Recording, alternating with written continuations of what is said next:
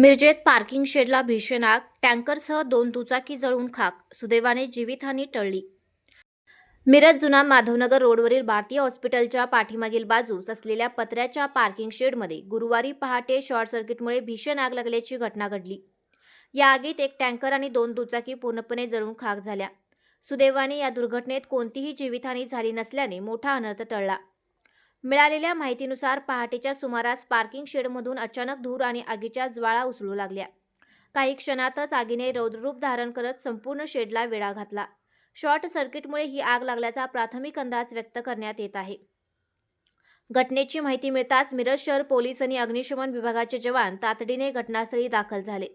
अग्निशमन विभागाच्या बंबाच्या साह्याने अथक प्रयत्नानंतर आगीवर नियंत्रण मिळवण्यात यश आले.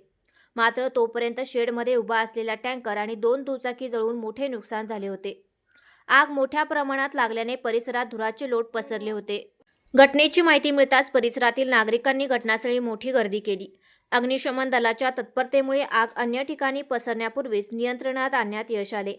या घटनेत कोणतीही जीवितहानी झाली नसली तरी मोठे आर्थिक नुकसान झाल्याचा प्राथमिक अंदाज असून पोलिसांकडून आणि संबंधित यंत्रणांकडून घटनेचा अधिक तपास सुरू आहे.